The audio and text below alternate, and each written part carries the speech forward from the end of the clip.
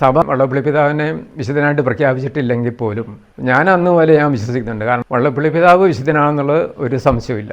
ഞാനെന്നും അദ്ദേഹത്തോട് പ്രാർത്ഥിക്കും. എൻ്റെ പേര് തോമസ് അമ്പാട്ട്, AC തോമസ് എന്ന് വിളിക്കുന്നത്. ഞാൻ അരമനയിൽ വരുന്നത് 1971 സെപ്റ്റംബർ മാസമാണ്. 7ാം ക്ലാസ്സിൽ ജയിച്ച് കൊളക്കാടായിരുന്നു എൻ്റെ വീട്. 7ാം ക്ലാസ്സിൽ പാസ്സായി. തൊണ്ടിയിൽ അന്നൊരു 8 കിലോമീറ്ററോളം വീട്ടിൽ നിന്ന് നടക്കണം. അപ്പോൾ അങ്ങനെ തൊണ്ടിയിൽ വന്ന് 8ാം ക്ലാസ്സിൽ ചേർന്ന് 2-3 മാസം കഴിഞ്ഞപ്പോഴത്തേനും അവിടുന്ന് എൻ്റെ വീട് തീരെ പാവപ്പെട്ട വീടായിരുന്നു. അപ്പോൾ ഞങ്ങൾ 8 അംഗങ്ങളുണ്ട്. വീട്ടിൽ കുറച്ച് കുരുത്തക്കടൊക്കെ എനിക്കുണ്ടായിരുന്നു. ഒരു പ്രാവശ്യം എൻ്റെ വികാരിച്ചൻ ഇങ്ങനെ പറഞ്ഞു, അരവനെ ഞങ്ങളുടെ പിതാവ് ഇങ്ങനെ തീരെ പാവപ്പെട്ട വീട്ടിൽ നല്ല പയ്യന്മാരെ കിട്ടുമെന്ന് അന്വേഷിച്ചായിരുന്നു. ഫ്രാൻസിസ് നെടുമ്പള്ളി അച്ഛനായിരുന്നു എൻ്റെ വികാരിച്ചൻ. അരവനെ പോകണം എന്ന് തന്നെയായിരുന്നു. വീട്ടിൽ പറഞ്ഞു കഴിഞ്ഞാൽ സമ്മതിക്കില്ല. അങ്ങനെ ഒരു ദിവസം ഞാൻ സത്യം പറഞ്ഞു കഴിഞ്ഞാൽ വീട്ടിൽ പറയാതെ നേരെ തലശ്ശേരിക്ക് വണ്ടി കയറി. തലശ്ശേരി വന്ന് ഞാനിങ്ങനെ പണികൾ അന്വേഷിച്ച് നടന്നപ്പം ഒരാൾ പറഞ്ഞിങ്ങനെ ബിഷപ്പിൻ്റെ അടുത്ത് കഴിഞ്ഞ് കഴിഞ്ഞാൽ എന്തെങ്കിലും പണി കിട്ടുമായിരിക്കും. അങ്ങനെ ഞാൻ അവിടെ വള്ളപ്പള്ളി പിതാവിൻ്റെ അരമനയിൽ വന്നു. പിതാവിനോട് ഞാൻ കാര്യങ്ങളൊക്കെ പറഞ്ഞു. അന്നേരം പിതാവിനോട് അതേ പറഞ്ഞത്, നീ സത്യം പറഞ്ഞത് കാരണം നിന്നെ ഞാനിവിടെ നിർത്താം, ഞാൻ വികാരിച്ചനോട് വിളിച്ച് ചോദിക്കും എന്നിങ്ങനെ പറഞ്ഞു. അങ്ങനെ എന്നെ അവിടെ നിർത്തി. 71 സെപ്റ്റംബറിൽ നിന്നു. ആദ്യത്തെ ഒരു 6 വർഷം ഞാൻ പിതാവിൻ്റെ ബോയിയായിട്ട് നിന്നു. പിതാവിൻ്റെ ബോയിയായിട്ട് നിൽക്കുന്ന സമയത്ത് ഞാൻ അങ്ങനെ പിതാവിൻ്റെ കൂടെ ഒരുപാട് സ്ഥലത്തൊന്നും ഞാൻ പോയിട്ടില്ല. ഞാൻ വളരെ കുറച്ച് കാലത്തേ പോയിട്ടുള്ളൂ. അപ്പം എനിക്ക് അരമനയിലെ പണികളായിരുന്നു എനിക്ക് പ്രധാനമായിട്ടും.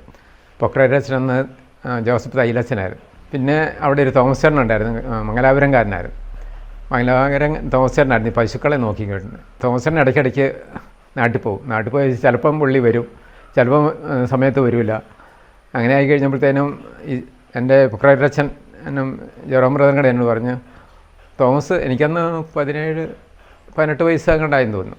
14ാമത്തെ വയസ്സിലാണ് ഞാൻ അരവനെ വരുന്നത്. ജെറോം ബ്രദർ തന്നെ കൊണ്ട് പശുവിനെ കറക്കാൻ തന്നെ പറഞ്ഞു. അങ്ങനെ തോമസ് ചേട്ടൻ ഇല്ലായിരുന്ന സമയത്ത് ഞാൻ പോയി പശുവിനെ കറന്നു. അങ്ങനെ തൈലസിനോട് പറഞ്ഞിട്ട് പൊക്രേറ്റച്ഛനാ ഇങ്ങനെ കാര്യങ്ങളെല്ലാം നോക്കുന്നത്. അച്ഛൻ പറഞ്ഞു, അങ്ങനെയാണെങ്കിൽ നീ തോമസ് വരുമ്പോൾ നിർത്തണ്ട, കൊച്ചു തോമസ് പശുവിനെ നോക്കിക്കൊള്ളുന്നു. അങ്ങനെ ഒരു 2 വർഷത്തിലധികം ഞാൻ അവിടെ 2-3 പശുവുണ്ട്, എന്നെ കുളിപ്പിക്കണം, അതിൻ്റെ കാര്യങ്ങളൊക്കെ നോക്കണം. 2 വർഷക്കാലം കഴിഞ്ഞപ്പോഴത്തേനും പിന്നെ അവിടെ സ്ഥിരമായിട്ടൊരു 4-5 പണിക്കാർ കാണും. അപ്പം ഗേറ്റിങ്ങിൽ അന്ന് ആളില്ല. അപ്പം ഞാൻ ഗേറ്റിങ്ങിൽ അവിടെ ഗേറ്റ് കീപ്പറും പറമ്പിലെ പണി എടുക്കലും അവിടെ കൂടി പണിയെടുപ്പിക്കലും ഒക്കെ ആയിരുന്നു. അങ്ങനെ ഇരിക്കുന്ന സമയത്ത് എനിക്ക് 24-25 വയസ്സായപ്പോഴത്തേക്കും വീട്ടിൽ ഇങ്ങനെ കല്യാണത്തിൻ്റെ കാര്യങ്ങളൊക്കെ പറഞ്ഞ് ഞാൻ ഒരു ദിവസം പിതാവിനോട് പറഞ്ഞു. പിതാവ് പറഞ്ഞ, കല്യാണം കഴിച്ച് പിന്നെ ഇവിടെ നിൽക്കാൻ പറ്റില്ലെന്ന് പറഞ്ഞു. കോളേജിൽ വല്ല പിയൂണിൻ്റെ പണി കാണാൻ കിട്ടുവാണെങ്കിൽ നിനക്ക് തരാം എന്ന് പറഞ്ഞ് പിതാവ് കല്യാണത്തിന് കാര്യം പറഞ്ഞപ്പോഴത്തേനും കല്യാണം 1952 ഏപ്രിൽ 26-നായിരുന്നു. ഒരു ബൈബിള് പിതാവിൻ്റെ പേരിലെഴുതി ഒപ്പിട്ട് ഒരു ബൈബിളും 2000 രൂപ തന്നു. ഏപ്രിൽ മാസം കല്യാണം കഴിഞ്ഞ് മെയ് മാസം അവസാനം പിതാവ് എനിക്കൊരു കത്തെഴുതി അരമനയിലോട്ട് വരണമെന്ന് പറഞ്ഞു. ദൈവത്തിൻ്റെ ഒരു പ്രത്യേക ഇടപെടലാണെന്ന് ഞാൻ വിശ്വസിക്കുന്നു. പിതാവ് പറഞ്ഞു, കോളേജിൽ ഇങ്ങനെ പുതിയതായിട്ട് ആൾക്കാരെ എടുക്കുന്നുണ്ട്, നീ താഴെ വാര്യട്ടച്ചനോട് എന്ന് പറയാൻ പറഞ്ഞു. ജനറാളച്ചൻ വാര്യട്ടച്ചനായിരുന്നു. വാര്യട്ടച്ചൻ അവിടെ നിന്നൊരു കത്തെഴുതി തന്നു. ജൂൺ 1-ാം തീയതി ആയിരുന്നു. 82 ജൂൺ 1-ാം തീയതി കോളേജിൽ വന്ന് അവിടെ പിയൂണായിട്ട് ജോലി ചെയ്തു. അങ്ങനെ അവിടെ പിതാവിൻ്റെ കാരുണ്യം കൊണ്ട് 31 വർഷം കോളേജിൽ ജോലി ചെയ്തു. പിയൂണായിട്ട് ഞാനവിടെ കയറി. 1 വർഷം കഴിയുമ്പോൾ PSC പരീക്ഷ എഴുതാൻ പോയി. അങ്ങനെ ലാബ് അസിസ്റ്റൻ്റായിട്ട് അവിടെ ഒരു ലാബിൽ തന്നെ ഒരു ഫിസിക്സ് ഡിപ്പാർട്ട്മെൻറ്റിൽ ഒരു 30 വർഷം അവിടെ തന്നെ ജോലി ചെയ്തു. ജോലി കിട്ടിയത് കൊണ്ടാണ് എനിക്ക് പിന്നീട് പിതാവ് ഇങ്ങനെ ആ ജോലി തന്നതിൻ്റെ പേരിൽ 1 ഏക്കർ സ്ഥലം മേടിച്ചു. അവിടെ സാമാന്യം വലിയ കുഴപ്പമില്ലാത്തൊരു വീട് വെച്ചു. 2 പെൺമക്കളാണ് എനിക്കുള്ളത്. അവരെ പഠിപ്പിച്ചു, അവരെ മാന്യമായിട്ട് വിവാഹം അയച്ചു. ഇങ്ങനെ അതും ഈ ജോലിയിൽ നിന്നാണ് ഉണ്ടായത്. പിതാവെന്ന ഇങ്ങനെ ജോലി തന്നതിൻ്റെ പേരിൽ മാത്രമായി ഇങ്ങനെ ഇന്ന് ജീവിക്കുന്നത്. എനിക്ക് ഇന്ന് കാണാമല്ലോ, വലിയ ആരോഗ്യം വലിയ ഇതൊന്നുമില്ല. പുറത്ത് വല്ല തൂമ്പണിക്ക് വല്ല പണിക്ക് പോയി കഴിഞ്ഞാലും എല്ലാ ദിവസമൊന്നും പണി ഉണ്ടാവില്ല. അപ്പോൾ പിതാവ് ഈ ജോലി തന്നതിൻ്റെ പേരിൽ മാത്രമാണ് ഇന്ന് ഞാനിങ്ങനെ ജീവിക്കുന്നത്. ഇന്ന് മാന്യമായിട്ടൊരു ജോലിയിൽ നിന്ന് കിട്ടുന്നൊരു പെൻഷനുണ്ട്, അതുകൊണ്ടാണ് ഇന്ന് ജീവിക്കുന്നത്. അവിടെ നിന്ന് പോകുന്നതിന് ശേഷം ഞാൻ എല്ലാ വർഷവും പിതാവിൻ്റെ ഫീസിന് പിതാവിനെ പോയി കാണലുണ്ടായിരുന്നു. ജനുവരി 20-ാം തീയതിയാണ് പിതാവിൻ്റെ സെബാസ്റ്റ്യൻ്റെ തിരുനാൾ. അപ്പോൾ ഞാൻ എന്തെങ്കിലും ചെറിയൊരു സമ്മാനം മേടിച്ച് പിതാവിനെ പോയി കാണും. പിതാവ് ഒന്നെങ്കിൽ അൽഫോൻസാമ്മയുടെ രൂപം തരും, അല്ലെങ്കിൽ യേശുപിതാവിൻ്റെ രൂപം തരും. അപ്പം കുറച്ച് നേരം ഇന്ന് വർത്തമാനം പറയും. അപ്പോൾ അവിടുന്ന് കുറച്ച് അണ്ടിപ്പരിപ്പും ഇതെല്ലാം തന്നിട്ട് പോരും. ഒരു പ്രാവശ്യം ഞാനിങ്ങനെ അവിടെ അണ്ടിപ്പരിപ്പ് എടുക്കുന്നതിന് ഞാൻ അണ്ടിപ്പരിപ്പ് മേടിച്ചുകൊണ്ട് പിതാവിനോട് പറഞ്ഞു, ഇങ്ങനെ വിലയുള്ളതൊന്നും നീ മേടിച്ചുകൊണ്ട് വരണ്ട, ചെറിയ എന്തെങ്കിലും അങ്ങനെ മേടിക്കണം എന്ന് എനിക്ക് സമ്മാനം ഒന്നും കൊണ്ടുവരാൻ വന്ന് കണ്ടാൽ മാത്രം മതിയെന്ന്. അങ്ങനെ ഞാൻ പിന്നീട് അപ്പം നോക്കുമ്പോൾ പിതാവ് ഒരു ഖാദിയുടെ ഷാള പൊതിക്കുന്നത്. എനിക്ക് നേരത്തെ അറിയാം പിതാവിന് അങ്ങനത്തെ വലിയ ആഡംബരമുള്ള കാര്യങ്ങളൊന്നും ഇഷ്ടമല്ല. അപ്പോൾ ഞാൻ എന്നിട്ട് ചിത്രവാണിയുടെ ഒരു ഖാദിയുടെ കടയുണ്ട്, അവിടെ കയറി പിന്നീടുള്ള വർഷങ്ങളൊക്കെ അവിടെ കയറി ചെറിയൊരു ഷാൾ മേടിച്ചുകൊണ്ട് ഒരു 100 രൂപ താഴെ ഉള്ളൂ, അത് മേടിച്ചുകൊണ്ട് കൊടുക്കും. അന്ന് ഒരു 2005 എനിക്ക് തോന്നുന്നത്. അന്ന് ഞാൻ കുറച്ച് നേരം ഇരുന്ന് വർത്തമാനം പറഞ്ഞു. അപ്പം എൻ്റെ മൂത്ത മകള് ഡിഗ്രിക്ക് നല്ല മാർക്കോടുകൂടി പാസ്സായി IIT കോളേജിൽ നിന്ന്. അപ്പോൾ അതിൻ്റെ കാര്യങ്ങൾ പറഞ്ഞു കഴിഞ്ഞപ്പം പിതാവ് പറഞ്ഞു, എന്നാൽ പിന്നെ ആ കൊച്ചിനെ എവിടെയെങ്കിലും കുറച്ച് നല്ല സ്ഥലത്ത് വിട്ട് പഠിപ്പിക്കുന്നതായിരിക്കും എന്നൊക്കെ ആ കാര്യങ്ങളൊക്കെ പറഞ്ഞപ്പം പിതാവ് പറഞ്ഞു, ചങ്ങനാശ്ശേരിയിൽ നിനക്ക് പറ്റുമോയെന്ന് അറിയില്ല, ചങ്ങനാശ്ശേരി SB കോളേജാണ് കേരളത്തിലെ നമ്പർ 1 കോളേജ്, അവിടെ എങ്ങനെ അഡ്മിഷൻ കിട്ടുമെന്ന് അറിയത്തില്ല, നീ അന്വേഷിച്ച് നോക്കാം എന്ന് പറഞ്ഞു. അങ്ങനെ ഞാൻ അവിടെ മോളെ അതിൻ്റെ അഡ്മിഷനും കാര്യങ്ങളെല്ലാം എടുത്ത് അങ്ങനെ ഞങ്ങൾ അവിടെ ചെന്നു. അവൾക്ക് നല്ല മാർക്കുണ്ടായിരുന്നതിൻ്റെ പേരിൽ അഡ്മിഷൻ കിട്ടി. അവിടെ MSc നല്ല മാർക്ക് കൂടി വന്ന് 20 കുട്ടികളുടെ ഒന്നാമതായിട്ട് പാസ്സായി. അങ്ങനെ അവിടെ പഠിച്ചു. അവിടുന്ന് തന്നെ ജോർജ് വർഗീസ് സാറെന്ന് പറഞ്ഞ് MScക്ക് നല്ല മാർക്കുണ്ടായിരുന്നതിൻ്റെ പേരിൽ ജോർജ് വർഗീസ് സാർ അവിടുത്തെ ഫിസിക്സിലേക്ക് എഴുതാം. അവിടെ സാറിൻ്റെ കൂടെ PhDക്ക് ചേർന്നു. പാലക്കാട് വിക്ടോറിയ കോളേജിൽ പഠിപ്പിക്കുന്ന ഒരാളെ കല്യാണം കഴിച്ചു. ഇന്ന് അദ്ദേഹം കൊച്ചി യൂണിവേഴ്സിറ്റിയിൽ അവിടുത്തെ ഒരു പ്രോട്ടോണിക്സിൻ്റെ ഡയറക്ടറായിട്ട് ജോലി ചെയ്യുന്നു. ഇവളോട് ഞാൻ ഇടയ്ക്കൊക്കെ പറയുമായിരുന്നു, നീ വേറെ ആരോടും പ്രാർത്ഥിക്കേണ്ട, വള്ളപ്പള്ളി പിതാവിൻ്റെ ഒരു ഫോട്ടോയും കൊടുത്തിട്ട് വള്ളപ്പള്ളി പിതാവിൻ്റെ വിളിച്ച് പ്രാർത്ഥിച്ചാൽ മതി, ഒപ്പം യേശുപിതാവിനോട് പ്രാർത്ഥിക്കാനൊക്കെ പറയുമായിരുന്നു. അപ്പോൾ ഓരോ പ്രാവശ്യം പരീക്ഷയ്ക്ക് ഓരോ സ്ഥലത്ത് ഇൻ്റർവ്യൂവിനൊക്കെ പോകുമ്പോഴത്തേനും അവസാനം തൃക്കാക്കര ഭാരതമാത കോളേജിൽ അന്ന് 4 പേരെ എടുക്കുന്നുണ്ടായിരുന്നു. എറണാകുളം അങ്കമാലി അതിരൂപതയുടെ കോളേജാണ്. അവർ സുഖമായിട്ട് 2 മക്കളൊക്കെ ആയിട്ട് കളമശ്ശേരിയിൽ താമസിക്കുന്നു. വള്ളപ്പള്ളി പിതാവിനെ കുറിച്ച് പറയുമ്പം പിതാവ് ഞങ്ങളവിടെ താമസിക്കുമ്പം കൃഷ്ണൻകുട്ടി ഉണ്ടായിരുന്നു, നാരായണൻ ഉണ്ടായിരുന്നു, നമ്പ്യാരേട്ടനുണ്ടായിരുന്നു, മുകുന്ദേട്ടനുണ്ടായിരുന്നു.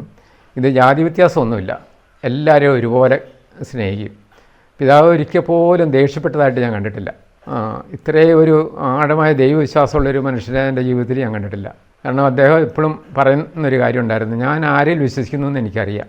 പിന്നെ എപ്പോഴും എന്തെങ്കിലും പ്രശ്നം വരുമ്പോഴത്തേനും ദൈവം അറിയാതെ അനുവദിക്കാതെ ഒന്നും വരില്ല. ഈ 2 കാര്യങ്ങൾ എപ്പോഴും പലപ്പോഴും പിതാവ് പ്രസംഗത്തിലും പലപ്പോഴും പറഞ്ഞു. അപ്പം അതൊക്കെ ഞങ്ങളും പലതും മാതൃകയാക്കാനുണ്ട്.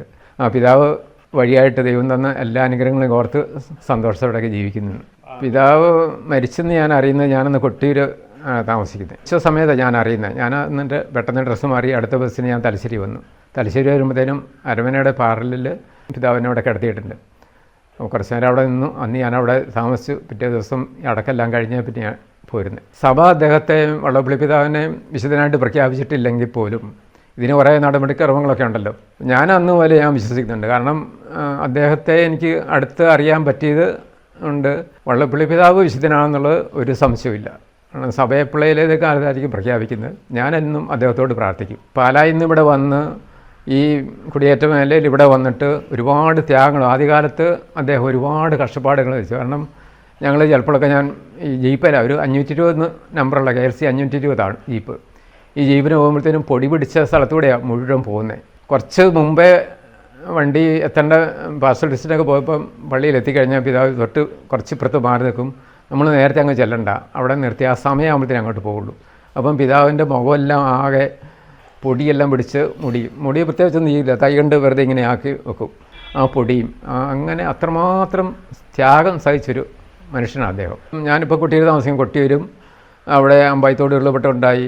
അവിടെയെല്ലാം പിതാവ് അവിടെ ഓടിയെത്തി. അവിടെ ജാതി മത വ്യത്യാസമൊന്നുമില്ല, എല്ലാവർക്കും വേണ്ട സഹായങ്ങൾ ചെയ്തു കൊടുക്കും. അടുത്ത ഇടവകളിൽ നിന്നോ അല്ലെങ്കിൽ എന്തെങ്കിലുമൊക്കെ തുണിയോ അല്ലെങ്കിൽ ഭക്ഷണ സാധനങ്ങളോ പൈസയോ ഒക്കെ എടുത്ത് അവിടെ എല്ലാം എത്തിച്ചു കൊടുക്കുന്നതിൽ പിതാവ് മുന്നിൽ നിന്നിരുന്നു. എല്ലാ ദിവസവും പിതാവിനെ ഓർക്കാത്ത ദിവസമില്ല. കാരണം ഇന്ന് ഞാൻ ജീവിക്കുന്നുണ്ടെങ്കിൽ ഇതിൻ്റെ പുറകിലുള്ള കാരണക്കാരൻ എൻ്റെ അപ്പനും അമ്മയും ജന്മം തോന്നുന്നില്ല, എന്നെ വളർത്തിയതും ഞാൻ ഇന്ന് ആയിരിക്കുന്നതും അപ്പോൾ ഇന്ന് വള്ളപ്പള്ളി പിതാവ്. 99 സൺഡേ സ്കൂളിൽ ചേർന്നു. അപ്പോൾ ഇന്ന് 26 വർഷം കഴിഞ്ഞു. സൺഡേ സ്കൂളിൽ അവിടെ ഇന്ന് ചുമക്കുന്നിൽ ഒരു 600 കുട്ടികളുണ്ട്. 1100 കുടുംബങ്ങളുണ്ട്, 600 കുട്ടികളുണ്ട്. ഞാനിപ്പോൾ 9ാം ക്ലാസ്സിൽ ഇങ്ങനെ പഠിപ്പിക്കുന്നു. ഇപ്പം കുറച്ച് വർഷമായിട്ട് ഓൺലൈൻ ക്ലാസ്സൊക്കെ തുടങ്ങിയത്. കാരണം എനിക്ക് അത് അത്ര നല്ല വശമില്ലാത്തതുകൊണ്ട് സബ്സ്റ്റിറ്റ്യൂട്ടായിട്ട് നിൽക്കുന്നത്. അപ്പം ഞാൻ വിചാരിച്ചുകൊണ്ട് പറഞ്ഞു, വെച്ചാൽ എനിക്ക് പ്രായമൊക്കെ ആയി, ഞാൻ ഒഴിവാകുമെന്ന് പറഞ്ഞു. അപ്പോൾ ഇപ്പോഴത്തെ കൂട്ടാലേച്ചൻ പറഞ്ഞു, നീ പ്രായമൊന്നും പറയണ്ട, ഒരു മൂത്ത കാരണവരിരിക്കട്ടെ എന്ന് പറഞ്ഞ് എന്നെ അങ്ങനെ വിടാതെ ഞാൻ അതിൻ്റെ ഒരു ഭാഗമായിട്ട് നിൽക്കുന്നു. അത് ഈ സേവനം ചെയ്യുമെന്ന് പറഞ്ഞാൽ ഞാൻ തിരിഞ്ഞു നോക്കുമ്പം സഭയിലൂടെയാണ് എനിക്കിങ്ങനെ ഓരോ അനുഗ്രഹങ്ങൾ കിട്ടിയേക്കുന്നത്. എന്നും ഈ പിതാവിൻ്റെ അടുത്ത് പോയതിന് ശേഷം പള്ളിയും വൈദികരും സിസ്റ്റേഴ്സും പരിസ്ഥിതി സഭയും. അപ്പോൾ അതിനെക്കുറിച്ച് കൂടുതൽ പഠിക്കാനും കുറച്ചുകൂടി മനസ്സിലാക്കാനൊക്കെ ഒരു അവസരം കിട്ടി. ഇപ്പോൾ സൺഡേ സ്കൂളിൽ വർക്ക് ചെയ്യുന്ന പറഞ്ഞൊരു മനസ്സിന് സന്തോഷം.